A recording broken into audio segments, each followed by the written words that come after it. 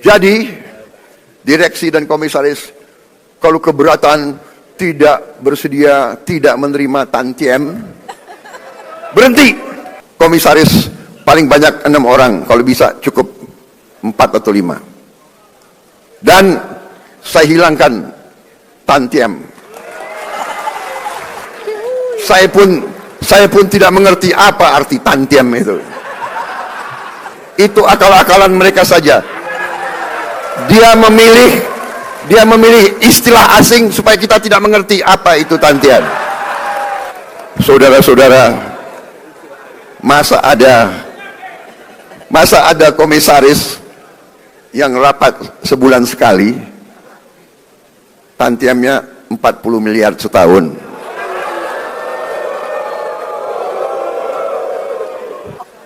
Saya juga telah perintahkan ke Danantara, direksi pun tidak perlu tantiem kalau rugi. Dan untungnya harus untung benar, jangan untung akal-akalan. Kita sudah lama jadi orang Indonesia. Dan kalau direksi itu, kalau komisaris itu keberatan, segera berhenti, saudara-saudara sekalian. Saudara-saudara sekalian, pemilu masih lama. Ini kayak rapat di kecamatan aja ini. Tapi ini serius, tidak masuk akal, ya. Jadi direksi dan komisaris kalau keberatan, tidak bersedia, tidak menerima tantiem, berhenti. Banyak anak-anak muda yang mampu, yang siap menggantikan mereka.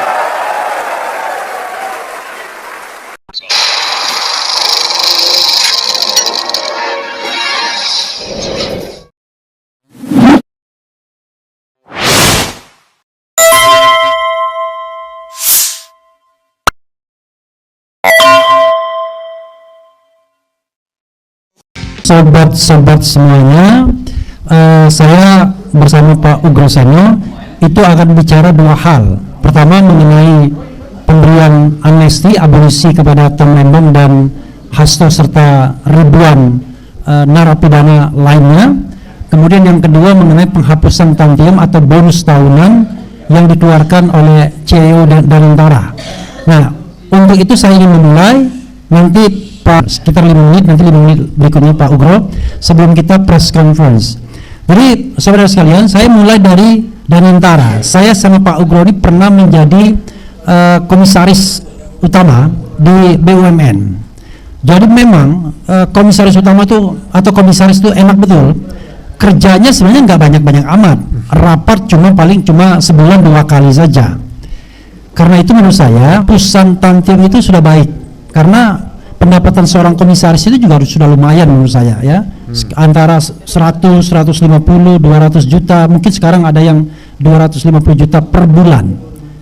Apalagi kemudian ada yang rangkap jabatan dengan sebagai wakil menteri, sebagai pejabat eselon 1 dan lain sebagainya. Jadi saya pribadi mendukung langkah ini yang saya sebut langkah untuk menyelamatkan para aktivis, pejabat publik dan para profesional. Coba bayangkan, saya sudah mengkalkulasi kalau tantiem itu tetap dipertahankan, kalau Anda ditempatkan di komisaris Pertamina misalnya, Anda bisa menerima 4 miliar per bulan sekarang. Bayangkan, bisa terima 4 miliar per bulan. Kalau dipotong katakanlah 15% pajak, itu Anda masih bisa terima 3,4 miliar. Kan nggak kebayangkan? Bayangkan kerjanya tidak ini. Oh, BUMN kan itu adalah korporasi. Iya, korporasi, tetapi governance-nya masih di bawah Kementerian BUMN. Jadi dia seperti hybrid. Di satu sisi dia korporasi seperti swasta, tapi di sisi lain dia di bawah governance atau tata kelola pemerintahan. Jadi ini kebijakan yang saya pribadi dukung. Yang berikutnya adalah kebijakan memberikan abolisi kepada Tom Lembong. Saya tidak memberikan komentar apa-apa terhadap pemberian amnesti karena saya menganggap bahwa ada tindak pidana yang terbuktinya. Tetapi tentu saya tidak absolut mengatakan iya dan tidak karena saya tidak mengikuti persis kasus Tom Lembong, kasus Hasto dalam tingkat pengadilan. Cuma di awal saja. Tapi Tom Lembong saya mengikuti sampai dari awal sampai akhir dan Sama sekali tidak terbukti 3 hal ini. Satu, tidak ada yang namanya uang yang datang atau transfer yang datang ke Tom Lembong maupun pihak yang terafiliasi dengannya, dia tidak terima aliran dana. Yang kedua, kerugian negara dalam kasus ini tidak jelas, bahkan hakim dan jaksa akhirnya berbeda terakhir. Jadi mulai dari BPKP beda, jaksa beda, dan hakim terakhir beda. Ketidakjelasan kerugian. Nah, yang ketiga adalah tidak jelas mens reanya atau niat jahatnya. Padahal niat jahat inilah yang akan menentukan sebuah kasus korupsi termasuk di dalamnya itu apakah layak dihukum atau tidak. Jadi 4,5 tahun itu adalah hukuman yang zalim, yang salah, yang keliru, yang tidak mempertimbangkan fakta, dan sudah seharusnya kemudian dihapuskan, diabolis, sehingga dengan demikian Tom Lembong tidak hanya bebas tetapi tidak termasuk lagi orang yang katakanlah pernah dianggap menjadi narapidana korupsi. Begitu saudara sekalian. Soal nanti dia mau minta ganti rugi atau orang lain kemudian menggugat dan lain sebagainya itu soal lain, tetapi intinya adalah ini kebijakan Prabowo yang baik. Tumben-tumbennya Refli Harun memuji Prabowo untuk 2 hal ini, penghapusan bonus sebagai komisaris dan pemberian abolisi kepada Tom Lembong. Begitu. Assalamualaikum warahmatullahi wabarakatuh. Silakan Pak Ugro. Terima kasih. Yang pertama tadi berkaitan dengan penghapusan tantiem untuk para komisaris di BUMN. Jadi memang tantiem ini cukup menarik perhatian para orang-orang yang memang ingin melanjutkan mata pencariannya untuk mendapatkan uang di luar tempat kerja yang lama. Ya. Kalau saya kebetulan setelah pensiun, kemudian yang menugaskan saya juga tidak tahu karena tidak pernah dihubungi. Terus saya mendapat tugas sebagai komisaris independen di PLN. Jadi tiap bulan ya lumayan ada 130-an juta sebulan. Ya. Kemudian ada tantiem per tahun lumayan, ada pertama ada 3M, terus ada 4M dan tahun kedua. Nah, menjelang tahun keempat kebetulan enak sekali Bapak, saya tantiem saya di bawah 1M aja. PLN jadi tapi per tahun ya? Per tahun. Kalau tadi Pertamina per bulan. Oh, ya, jadi per tahun saya. Nah, kemudian pada saat menjelang Pilpres 2019 ya, kan hanya ada 2 calon. Jadi saya waktu itu di rumah ada acara foto-foto sama anak-anak muda. Waktu itu mendukung yang bukan Jokowi, mendukung Pak Prabowo waktu itu, ya kan. Kemudian itu beredar, kira-kira berapa hari dipanggil, saya berhenti jadi komisaris PLN. Tapi nggak apa-apa, memang ya faktanya seperti itu ya. Kemudian kaitan dengan amnesti dan abolisi, ini dua-duanya diartikan sebagai penghapusan masalah kasus pidana yang dituduhkan kepada Tom Lembong dan Pak Hasto. Kalau Tom Lembong itu memang benar-benar tidak ada kasus pidananya, ya. Jadi tidak ada kerugian negara, tidak ada kerugian perekonomian negara, tidak ada menguntungkan diri sendiri, menguntungkan orang lain, menguntungkan korporasi. Semua berkaitan dengan administrasi tata usaha negara.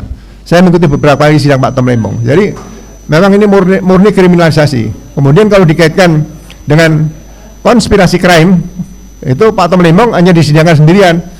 Jadi ini nggak masuk tindak pidana korupsi. Kalaupun ada uang itu hanya penggelapan dalam jabatan sesuai dengan pasal-pasal KUHP. Ya. Kalau Pak Hasto juga sama. Pak Hasto di situ kalau saya baca literatur juga ada pengampunan atau penghapusan. Jadi ini alternatif. Jadi bukan pengampunan tapi penghapusan. Ya kan? Kalau pengampunan biasanya sudah masuk sampai proses ke tingkat inkrah sampai Mahkamah Agung. Setelah PK misalnya gitu. Nah, mungkin ada pengampunan. Tapi ini penghapusan. Jadi semuanya dihapuskan. Karena apa? Kalau pertimbangan hakim Pak Hasto ini diikuti oleh seluruh peradilan di Indonesia, kita bayangkan saksi penyidik atau penyelidik KPK itu menjadi saksi fakta.